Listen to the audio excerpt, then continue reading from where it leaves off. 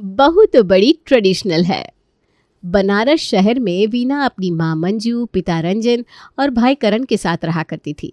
वीना करण से बड़ी थी और अब उसकी शादी की उम्र हो चली थी। जी आपको नहीं लगता? हाँ लगता है, बिल्कुल लगता है।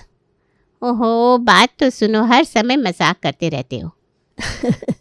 अच्छा बताओ क्या बात है। मैं कह रही थी अपनी वीना अब बड़ी हो गई है, उसकी शादी के लिए कोई लड़का ढूंढना चाहिए। हाँ बिल्कुल ढूंढना चाहिए। तो तुम्हारी नज़र में है कोई? क्या यहाँ दीदी की शादी की बात चल रही है? हाँ ऐसा ही कुछ है। अरे वाह, यानी अब वो पूरा कमरा मेरे अकेले का हो जाएगा। ये अलग अपनी दुनिया में रहता है भाई। करण तो जा यहाँ से, हमें बात करने दे। जी मैं कह रही थी कि मेरी दोस्त की जानने वालों में ना एक लड़का है, कहो तो उनसे बात चलाए। हाँ बिल्कुल, अगर वो अच्छा लड़का हो तो गली गली भटकने की क्या ज़रूरत है। तो फिर ठीक है, मैं उसे कॉल करके मीटिंग फिक्स करती हूँ। मंजू ने अपनी सहेली से बात करी तो उसने बताया कि वो लोग भी लड़की ढूंढ रहे हैं। मंजू ने अपनी फ्रेंड से नंबर लेकर डायरेक्ट उन्हें कॉल करी तो लड़के की माँ राधा ने कहा कि वो कल लड़की देखने आएंगे। अरे कल वो लोग आने वाले हैं। तो इसमें चिल्ला क्यों रही हो जैसे भूत देख लिया हो? अरे मैं खुशी से चिल्ला रही हूँ, हमारी बेटी का रिश्ता होने जा रहा है। चिल मम्मी, पहले मुझे लड़का पसंद तो आने दो। अगले दिन सुबह सुबह ही वीना के घर में हलचल मच गई। मंजू और करण सफाई और सजावट में लगे थे। वीना को अपने कपड़े और मेकअप का ध्यान रखना था। सब कुछ तैयार था। दोपहर होते ही राधा, विजय, गौरव और पिंकी उनके घर पहुंचे। आइए आइए, बहुत अच्छा लगा आप सबका आना। अरे इसमें अच्छा लगने की क्या बात है, रिश्ता तो हमारी वीना जैसी हीरोइन से जोड़ा जा रहा है। तो आपको हमारी बेटी पसंद है? अरे भाई पसंद, हमने तो शादी की तारीख भी पक्की कर ली है भाई। चाय, नाश्ता और हंसी मजाक के बीच बातचीत का सिलसिला शुरू हुआ। दोनों परिवारों ने एक दूसरे की उम्मीदों और परंपराओं पर चर्चा की। तो वीना बेटी, खाना बनाना आता है ना? जी आंटी जी, किचन में तो सब कुछ आता है, चाहे रोटियां जलानी हो या पनीर टिक्का उबालना हो। वाह दीदी, हमारे भाई के लिए तो परफेक्ट मैच है। कुछ देर बाद राधा ने सुझाव दिया कि गौरव और वीना को एक दूसरे से बात करने का मौका देना चाहिए। अच्छा, वीना और गौरव को थोड़ा वक्त दिया जाए ताकि ये दोनों भी एक दूसरे को जान सके। हाँ हाँ बिल्कुल। गौरव और वीना को बालकनी में भेज दिया गया। वहाँ दोनों के बीच हल्की फुल्की बातचीत शुरू हुई। तो आपको शादी के बाद क्या क्या उम्मीदें हैं? पहली बात, मुझे सुबह जल्दी उठने की उम्मीद मत करना। ठीक है, फिर मैं चाय बना कर ले आया करूँगा। चाय? ये तो जैकपॉट लग गया मेरा। दोनों के बीच हंसी मजाक चलता रहा और वे एक दूसरे को काफ़ी पसंद करने लगे। मुझे लगता है हम अच्छे पार्टनर्स बन सकते हैं। मुझे भी ऐसा ही लगता है। अंततः दोनों परिवारों ने रिश्ता पक्का कर दिया। इसी बात पर मुंह मीठा करिए। पहले आप। नहीं पहले आप समधी जी। अरे नहीं पहले आप। अरे आप हमारे मेहमान हैं। खा लो पापा, वरना पहले आपके चक्कर में ट्रेन निकल जाएगी। सब हंसने लगे। उन लोगों के जाने के बाद वीना इस खुशी को सबसे पहले अपनी दोस्त सीमा के साथ साझा करना चाहती थी। उसने तुरंत सीमा को फ़ोन किया। सीमा सीमा सीमा, मेरी शादी तय हो गई। क्या? कब? कौन है वो? जल्दी सब बताओ। अरे सब्र कर, सब बताती हूँ। फिर वीना ने सारी डिटेल्स उसे बताई तो वो बोली, अच्छा सुन, मेरी ना एक सलाह है। हाँ बोलना। शादी पूरी तरह ट्रेडिशनल तरीके से करना। वो लाल झोड़ा, ढेर सारे गहने और विदाई पर आंसू, सब कुछ। हाँ अरे सही कह रही है, मैं सब कुछ वैसे ही करूँगी जैसे पहले होता था। आजकल की दुल्हनें तो कुछ करती नहीं है। ये तूने अच्छा पॉइंट पकड़ा है, थैंक यू। वीना ने सीमा की बात को मन में बिठा लिया और अपनी शादी को यादगार बनाने की तैयारी करने लगी। उसके घर में शादी की तैयारियां जोरों पर थी। हर तरफ हलचल थी। मंजू सारा काम संभाल रही थी। करण बार बार ठिठोली कर रहा था और रंजन बस मंजू की हाँ में हाँ मिला रहे थे। तभी मंजू ने वीना को बुलाया। अरे सुन, तेरे लहंगे का डिज़ाइन फाइनल कर लेते हैं। बता कौन सा रंग लेना है? इसमें चुन्नी की क्या बात है मम्मी, सुर्ख लाल रंग का ले लो। मैं आजकल की लड़कियों की तरह ऊट पटांग रंग नहीं पहनने वाली, पुराने ज़माने की तरह लाल ही पहनूंगी। अरे वाह, मेरी बेटी तो बिल्कुल मेरी तरह सोचती है। हाँ जी बिल्कुल, तुम्हारी बेटी और क्या करेगी?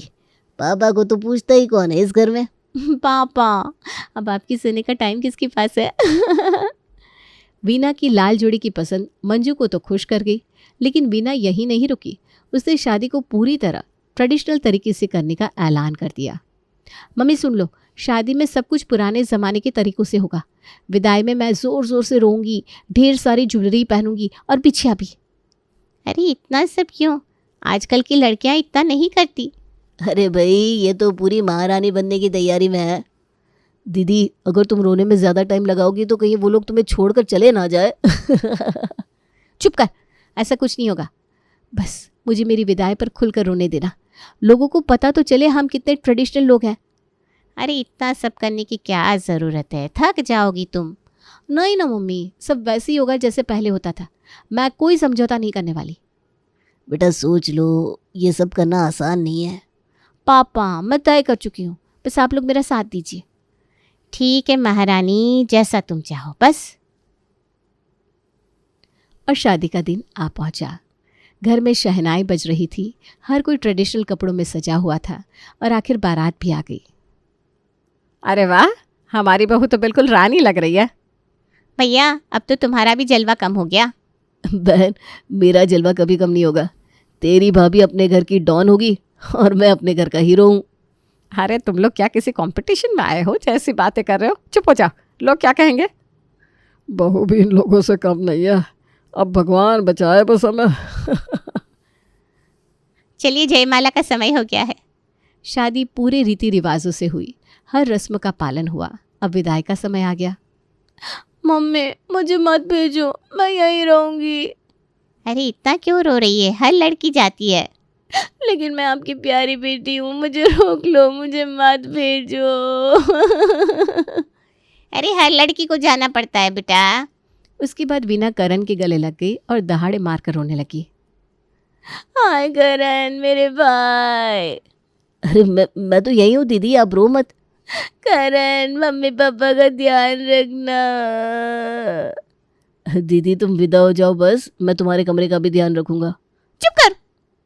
फिर रंजन उसे गले लगाकर बोले, बेटा हमें गर्व है कि तुम हमारी बेटी हो। पापा आप अकेले कैसे रहेंगे?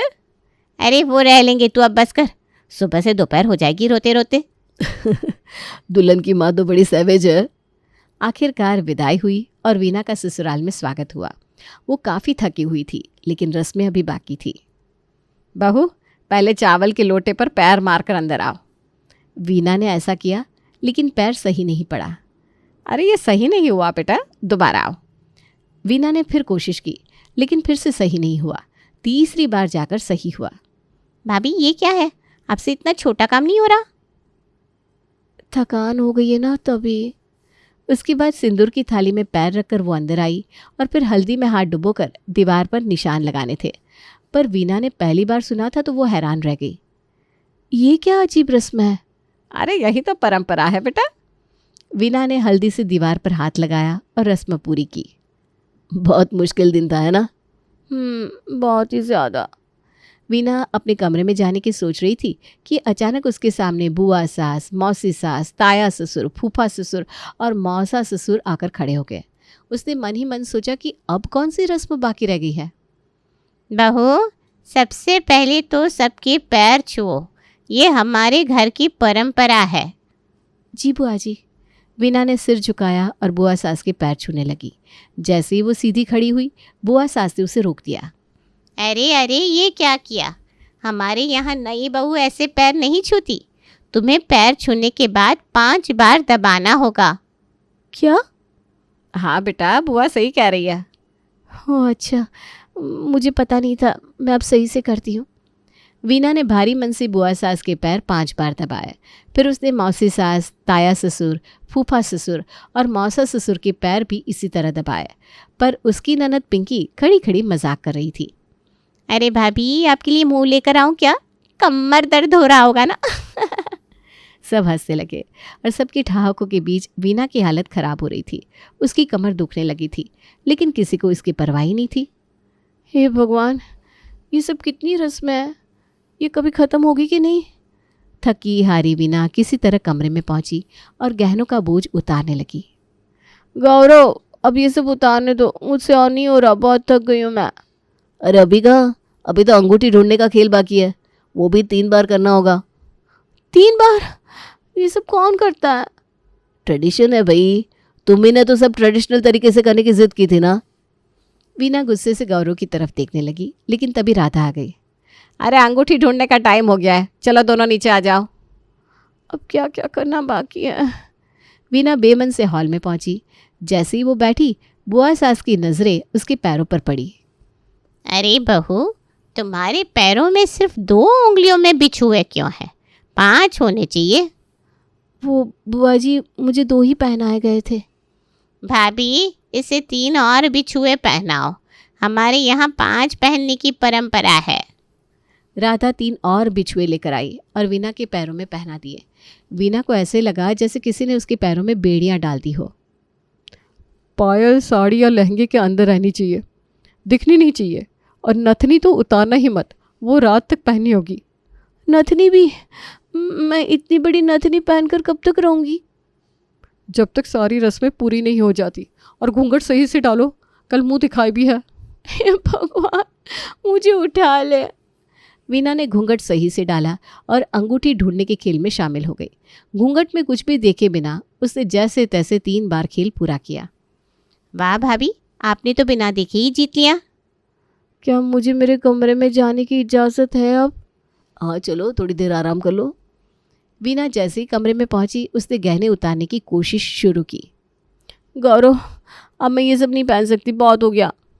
अरे तुम्हें तो पूरे ट्रेडिशनल तरीके से शादी करनी थी, अब क्यों परेशान हो रही हो? मुझे नहीं पता था कि ये सब इतना मुश्किल होगा। अब जब चुना है तो निभाना तो पड़ेगा ना। सब कुछ तुम्हारे हिसाब से नहीं हो सकता कि जब चाह किया, जब चाह छोड़ दिया। अरे ये क्या बात हुई, मैं थक गई हूँ ना अब। वीना और गौरव के बीच बहस पड़ने लगी। वीना को लग रहा था कि उसने अपनी जिंदगी को रस्मों के बोझ तले खुद ही डाल दिया है। उसने गुस्से में अपनी साड़ी का पल्ला एक और किया और बिस्तर पर बैठ गई।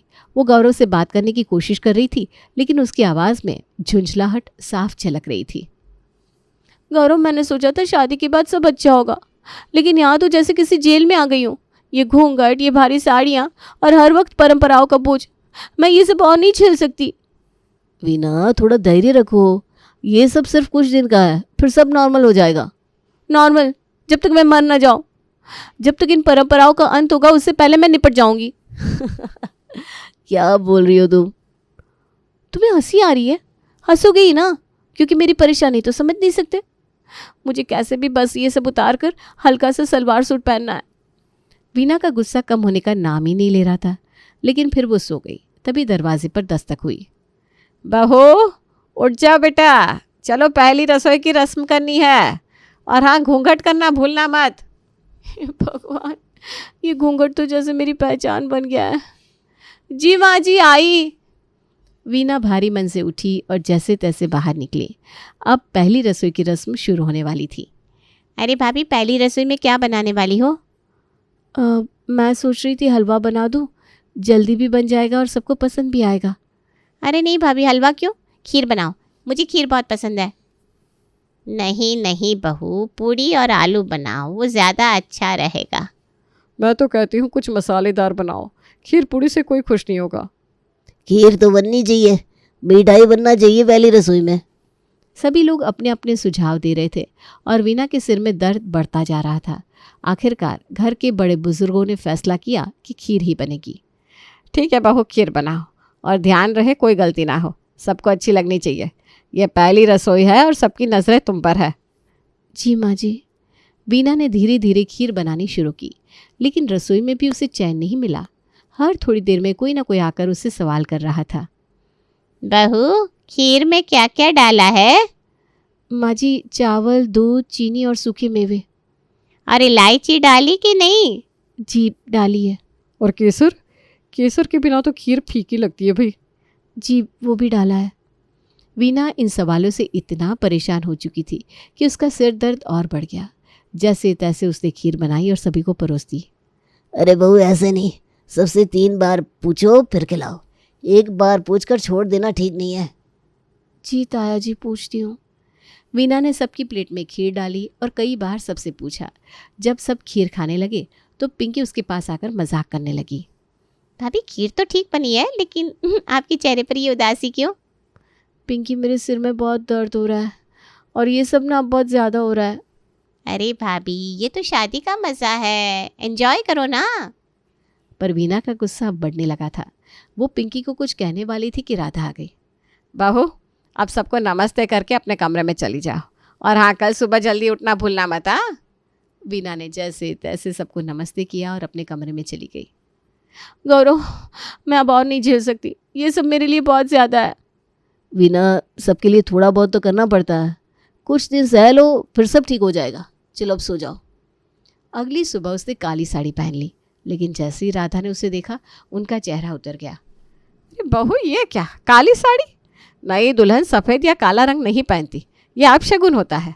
लाल या हरे रंग की भारी साड़ी पहन कर आओ, और हाँ, पल्ला सिर तक रखना। हाँ, पर माँ जी, मुझे ये भारी साड़ियाँ बहुत परेशान कर रही हैं। मैं बस हल्का पहनना चाहती हूँ। अरे बहू, थोड़ा सह लो, बाद में जो चाहे पहन लेना, लेकिन अभी तो परंपराओं का मान रखना पड़ेगा। अभी घर में सब मेहमान है ना। वीना ने मन मारकर भारी लाल साड़ी और गहनों का बोझ फिर से संभाल लिया। उसने गहरी सांस ली और वो सब कुछ सहने के लिए तैयार हो गई। मुंह दिखाए की रस्म शुरू हुई और सबने उसे शगुन के पैसे दिए। लेकिन रस्म पूरी होने के बाद जब वो घूंघट हटाने लगी तो बुआ सास ने कहा, अरे बहू, घूंघट मत हटाओ। बड़े बुजुर्गों के सामने घूंघट रखना ज़रूरी है, अकेले में हटा लेना। हे भगवान, ये घूंघट। वीना अब अंदर से टूट चुकी थी, लेकिन तभी राधा ने उसका चेहरा देखा और उसकी उदासी को भांप लिया। क्या हुआ बहू, इतनी उदास क्यों हो? वीना ने अपनी सास को पूरी बात बता दी तो वो बोली, देखो बहू, ये सब कुछ दिन का है, थोड़ी सहनशीलता रखो। बाद में तुम जैसे चाहो वैसे रह सकती हो। ये रस्में घर की इज्जत के लिए होती है। वीना ने धीरे धीरे राधा की बात समझ ली। फिर उसने अपनी माँ को फ़ोन किया। माँ, मैं बहुत परेशान हूँ, ये सब मेरे बस का नहीं है। बेटा, ये सब कुछ दिन का है, सबकी इज्जत रखो, फिर तुम जैसे चाहो वैसे रहो। आप भी ना मेरी सास की तरफ बोल रही हो। शाम तक सभी मेहमान जाने लगे। जाते जाते सबने वीना की खूब तारीफ की। राधा भाभी, तुम तो धन्य हो गई ऐसी बहू पाकर। आजकल ऐसी बहू देखने को नहीं मिलती, हर परंपरा निभाती है बेटा। सच कहा आप लोगों ने, वीना तो बहुत प्यारी बच्ची है। अब वीना को एहसास हुआ कि उसकी थोड़ी सी सहनशीलता ने सबको खुश कर दिया। अब सब पूरा हो गया, अब से तुम जैसे चाहो वैसे रहो, जो मन चाहे पहन लो। सच माँ जी? हाँ बहू, अब तुम खुश रहो, ये घर तुम्हारा है, तुमने हमारी इज्जत रख ली, इससे बड़ी बात क्या हो सकती है। वीना ने राहत की सांस ली। उसने महसूस किया कि कभी कभी दूसरों की खुशी के लिए थोड़ा सहन कर लेना बड़ा असर करता है।